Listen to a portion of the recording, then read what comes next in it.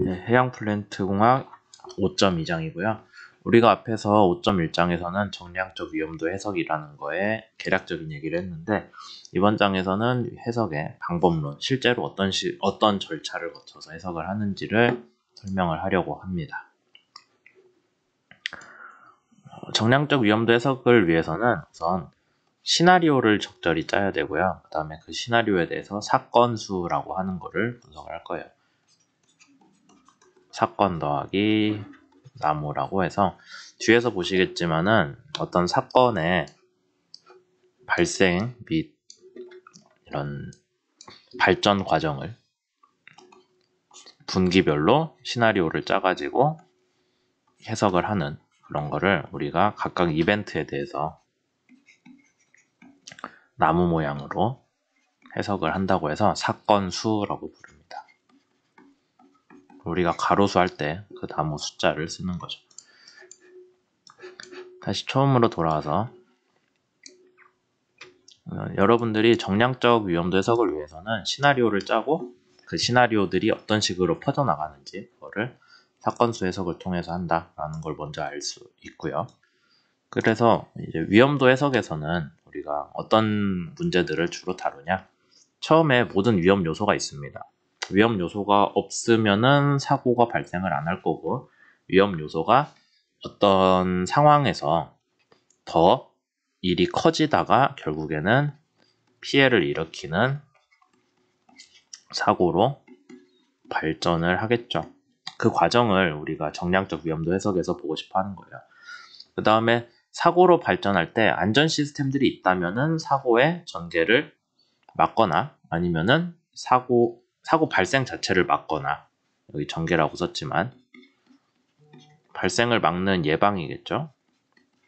아니면은 피해를 줄이거나, 그런 식으로 사고를 어떻게 막아내는지 아니면은 피해를 줄이는지, 최종적으로 그런 안전 시스템을 거치고도 사고가 발생했다면은 그 사고의 위험도는, 발생 빈도와 피해 규모는, 빈도와인데 피해 규모는 얼마인지까지 계산을 하는 게 위험도 해석의 정량적인 위험도 해석의 내용이 되겠습니다. 그래서 다시 얘기 드리지만은 정량적 위험도 해석은 어떤 단계를 통해 거치냐? 위험 요소가 뭔지 파악을 해야 되고, 걔가 사고로 발생할 때까지 빈도와 피해 규모를 추산을 하시고, 만약에 위험도가 우리가 받아들일 수 없을 정도로 크다라고 하면은 대책을 수립을 해야 되겠죠.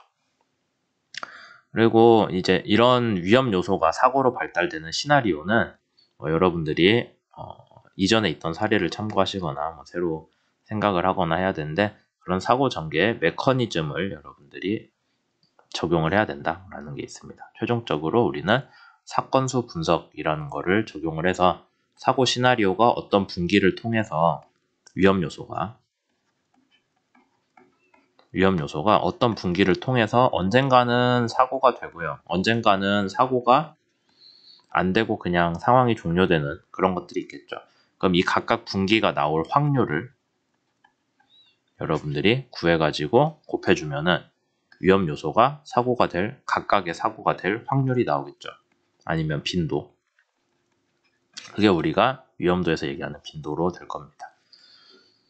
이런 문제들을 가지고 여러분들이 위험도 기반 설계에 단계별로 어떤 식으로 하는지를 책에서 설명을 하고 있어요. 위험도 기반 설계에서 그냥 보통 설계랑 같다고 보시면 됩니다. 순서는 위험 요소를 파악하는 거를 먼저 하고요. 거기에 대응되는 위험도 추산을 하고 대책을 세우죠. 위험 요소 파악은 우리가 되게 기본 설계에서 한다고 했고요. 정량적 해석은 상세에서 한다고 했죠. 상세 설계. 그 다음에 정량적 해석을 한 다음에 만약에 위험도가 크다 하면은 대책을 수립해서 다시 피드백을 줘서 상세 설계 수정을 해보고, 그런 식으로 하는 거고, 위험도 해석을 위해서는 구체적으로 이런 얘기들을 추가로 해야 된다라는 얘기가 있습니다. 그래서 위험도 기반 설계에서 이제 단계별로 정량적 위험도 해석을 어떻게 우리가 적용하는지, 정량적 위험도 해석을 어떻게 적용하는지에 대해서 설명을 하고 있어요. 첫 번째로 위험 요소를 파악을 합니다. 위험 요소를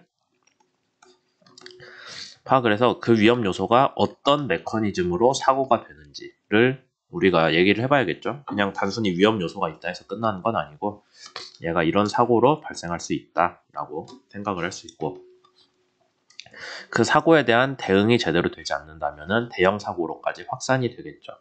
따라서 안전 시스템이나 장치가 어떻게 사고의 확산을 막고 있는지도 우리가 이해를 해야 됩니다. 그래서 가스가 그냥 누출이 됐을 때 얘가 바로 화재라고 시나리오가 있지 않고, 가스를 감지했다거나 가스를 감지하면 시스템이 비상정지를 하거든요. 그래서 더 추가적인 사고를 막습니다.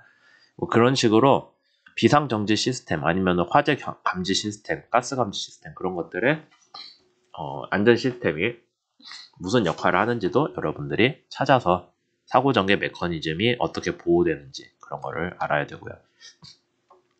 여기까지는 당연한 얘기였는데 조금 여러분들이 이전에는 생각하지 않았을 만한 부분이 내재적 안전 현상이라는 거예요.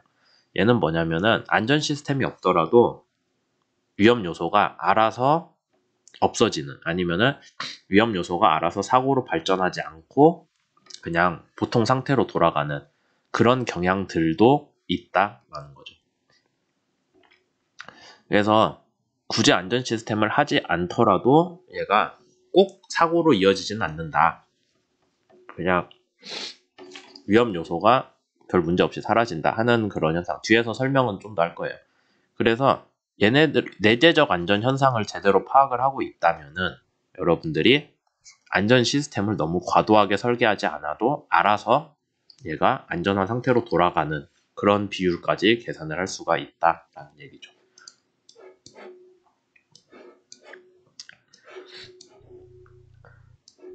시스템을 분석을 했으면은 이제 위험도를 실제로 계산을 합니다. 아까 얘기했듯이 시나리오를 짜서 메커니즘이, 사고가 어떻게 발생을 하는지에 대한 메커니즘을 정리를 해서 거기서 안전 시스템이나 뭐 그런 것들의 역할도 생각을 하고요. 사건수 분석을 해가지고 피해 규모를 아니면은 정량적 발생 빈도를 계산을 할 수가 있다라는 거죠. 그 다음에 피해 규모는 처음에는 정성적으로 그냥 큰 불이다, 작은 불이다 그렇게 하는데, 큰 불이 났을 때 실제로 피해가 수치로 얼마나 나타나냐, 거기에 대한 해석을 하는 게 사건수 분석이다라고 얘기를 했죠. 위험도를 분석을 했으면은, 위험도를 계산을 했으면은 위험도가 너무 크면은 줄이기 위한 대책을 수립을 해야 됩니다. 거기서 쓰이는 게 우리가 허용 불가, 위험도가 너무 클 때죠. 그 다음에 중간이면은 가능한 현실적으로 낮게, 그 다음에 뭐 상관 안 하는 그런 제일 낮은 위험도, 3개의 영역이 있었죠. 고려 안 하는 그런 위험도 영역이 있었고, 여러분들이 주로 다루는 건 이제 알랍이 될 거예요. 왜냐면은 위험도를 낮춰야 되는데 얼마나 낮춰야 되냐. 위험도를 낮출 때 실행 가능한 선에서 달성을 해야 되고요. 그러니까 위험도를 낮추기 위해서 너무 말도 안 되는 비싼 시스템 아니면 현실적이지 않은 시스템, 그런 것들까지 들고 오는 거는 설계에서 옳지 않다라는 얘기죠. 그래서 알랍 바탕으로 설계를 했을 때 여러분들이 나중에 어떻게 검증을 할 거냐. 첫 번째, 당연히 규정이나 법규를 만족하는 설계를 했어야 되겠죠. 되게 이제 규정을 만족하지 못하면은 아예 시스템을 뭐 납품한다거나 아니면 설치를 할 수 없으니까 규정이나 법규를 만족하는지 다시 확인을 해봐야 되고요. 그 다음에 어떤 가이드라인이 있다면 그걸 만족했는지 알랍 설계에서 다시 확인을 해야 됩니다. 그러니까 앞에 두 개는 실제로 비용 문제가 아니라 여러분들이 위험도를 낮추기 위해 추가적으로 설계를 제안을 했는데 그게 규정이랑 안 맞을 수도 있거든요. 아니면 가이드라인이랑 어긋날 수도 있잖아요. 그걸 다시 확인을 해봐라 라는 거고, 실제로 설계를 했을 때 이익 증가, 안전하게 시스템을 만들면서 사고 피해를 줄일 수 있잖아요. 이때 이익 증가가 있는데 그게 안전 시스템 비용 증가보다, 안전 시스템을 설치하거나 강화하면 돈이 더 드니까요. 그게 이익 증가가 현저히 작지 않을 때라고 써져 있습니다. 그러니까 이익이 비용보다 이러지 않을 때. 그냥 우리가 뭐 대충 생각을 해보면은 이익이 더 커야 뭐를 하는 거 아닌가? 라는 생각을 할 수 있잖아요. 근데 안전에 대한 문제는 애초에 우리가 용납할 수 없는 수준의 위험도라는 걸 바탕에 깔고 있기 때문에 거기에 대해서 여러분들이 어떤 비용을 들여서라도 위험도를 낮춰야 될 필요가 있는 거죠. 허용 불가한 영역에서는. 알랍에서도 아직은 이익과 비용을 완전히 1대1로 놓는 것보다는 위험도를 낮추는 것 자체가 더 중요한 경우들이 있거든요. 그러니까 여기에서 얘기를 하는 거는 이익이랑 비용을 1대1로 비교를 하는 게 아니라 아직은 안전 시스템을 해서 위험도를 낮추는 것 자체가 이익 문제가 아니라 그냥 우리가 당연히 맞춰야 되는 안전도 수준이라고 생각을 했을 때 그런 얘기를 하고 있는 겁니다. 그래서 이 문장이 딱 들었을 때 우리가 바탕에 깔고 있는 뭐 설계에서 비용 문제랑 조금 다른 거 아닌가 싶기는 한데 그것보다는 우선은 안전 시스템 비용 증가보다 이익 증가가 현저히 작지 않을 때니까 조금 작아도 상관없다. 그래도 설계를 안전하게 해야 될 상황은 있다라고 이해를 하시면 되겠습니다. 그래서 이런 가이드라인을 따라서 여러분들이 설계를 하시고요. 그 다음에 이제 다시 비용 얘기를 좀 더 상세히 하자면은 알랍 설계를 하면서 추가적으로 나가는 비용이 있을 거예요. 뭐 안전 시스템을 더 투자하면서 비용이 들 거고 안전 시스템을 더 복잡한 거를 돌려야 되니까 거기에 대한 운전 비용도 들겠죠. 뭐 어떤 유지 보수 비용이라거나 아니면 그걸 운영하는 사람이 추가로 들어간다거나 할 수도 있고 그 다음에 생산 지체 비용은 이제 알랍 시스템을 아니면 위험도를 낮추기 위해서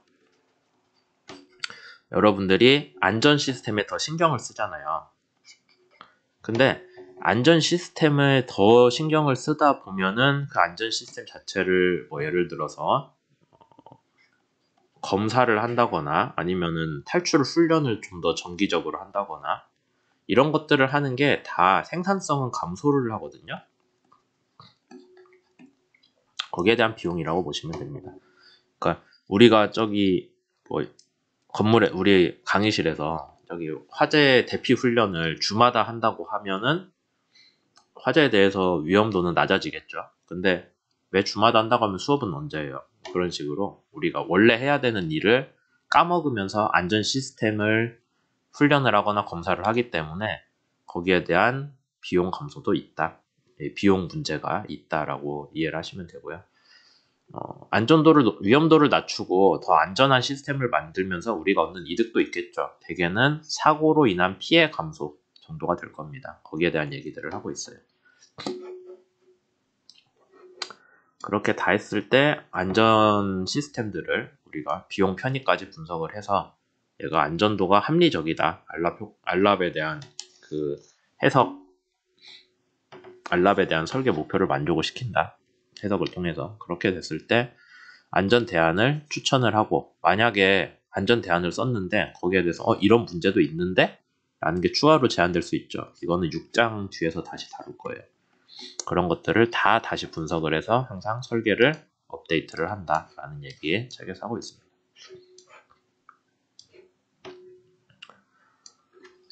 책에서는 좀 구체적인 예로 화재 및 폭발에 대한 위험도 분석을 좀 다루고 있는데요. 화재나 폭발은 기본적으로 유출이 됐을 때 가연성 물체가 유출이 됐을 때 거기에 불이 붙으면은 화재나 폭발이 이루어집니다. 해양 플랜트에서 제일 중요한 사고고요.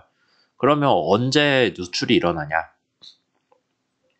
멀쩡히 있다 누출이 일어나진 않아요. 배관이 부식됐거나 아니면 낙하를 해서 어떤 물건이 떨어져서 배관을 땅 하고 때리면은 구멍이 나서 누출이 발생하겠죠. 누출된 가스가 바로 점화되면 화재가 되고요. 점화가 안 되면은 가스가 모여 있다가 거기에 불이 붙으면 폭발이 되고 다행히 불이 안 붙으면은 환기돼서 희석이 될 겁니다. 그럼 거기에 대한 안전 시스템들은 뭐 이런 것들이 있어서 사고 빈도를 낮추거나 사고 피해를 줄이겠죠. 내재적 안전현상은 아까 앞에서 잠깐 얘기를 했었는데 이게 누출이 되고 불이 붙는 일련의 시나리오에서 물리적인 현상으로 인해서 물리적인 원리에 의해서 그냥 불까지 안 나는 경우들도 있어요. 아니면은 그냥 불이 난다고 했을 때 그거를 조금 피해를 줄여주는 그런 방향으로 가는 물리 현상들이 있거든요. 걔네를 고려해준다면은 우리가 너무 화재나 폭발의 빈도나 피해 규모를 크게 생각하지 않게 될 수도 있겠죠. 그래서 내재적 안전 현상이라는 게 있는데 그런 게 뭐가 있냐? 뭐 액체가 불이 나고 있는데 가연성 액체라도 얘네가 들어오면은 걔네가 증발해서 불이 붙거든요. 그러니까 열 흡수라는 것도 있기는 하다.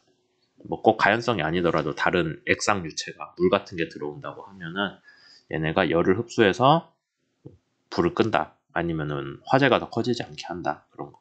대신에 액체가 증발은 하기 때문에 증기압이 이렇게 올라가면서 압력은 좀 올라가는 문제가 또 있긴 하죠. 그 다음에 역시나 또 유체에 의한 냉각 효과 그런 것들 비상감압 시예요. 비상감압을 했을 때 얘가 유체가 들어올 때 얘로 인한 냉각 효과도 있고 그 다음에 대기로 나가면 무조건 가스운을 만들어서 그 가스운이 가만히 있다 터지는 게 아니라 그냥 두면 또 희석은 되거든요. 그런 문제들. 이런 식으로 여러분들이 그냥 화재 시나리오대로 간다고 하더라도 기본적인 물리 법칙이 그 화재가 무조건 커지는 쪽으로 가지는 않게 하는 그런 요인들도 있다라는 거를 여기서 얘기하고 있습니다. 그런 걸 다 감안을 하면은 여러분들이 여기 보면은 유출해서 아니면 누출해서 누출이 됐어요. 바로 불이 붙냐? 바로 불이 붙으면은 화재고 나중에 불이 붙으면은 폭발인데 너무 나중에 불이 붙어서 아무 그 가스도 안 남아있을 때는 그냥 문제 없는 거죠. 정상 상태라고 합시다. 그 다음에 가스나 화재가 감지가 됐다. 감지가 되면은 화재 경보가 울릴 테니까 불을 빨리 끄겠죠. 가스가 감지가 안 됐다고 하면, 화재가 감지가 안 됐다고 하면은 불이 오래 탈 거잖아요. 뭐 그런 문제들. 가스도 누출이 돼서 가스가 모여 있는데 감지가 안 되고 그냥 가만히 있으면은 크게 폭발할 거고요. 가스가 누출됐는데 감지가 바로 됐어요. 안전 시스템도 바로 작동했어요. 그러면은 폭발이 작거나 아니면 아무 문제도 없거나 뭐 그런 식으로 해결이 되겠죠. 그래서 이 사건 수 분석은 특히 여기서 나온 그 화재 폭발에 대한 사건 수 분석은 우리가 해양 플랜트에서 되게 자주 다루는 부분이기 때문에 이 지나가는 시나리오를 여러분들이 좀 잘 이해할 필요는 있습니다. 그러면 5.2장은 여기까지 할게요.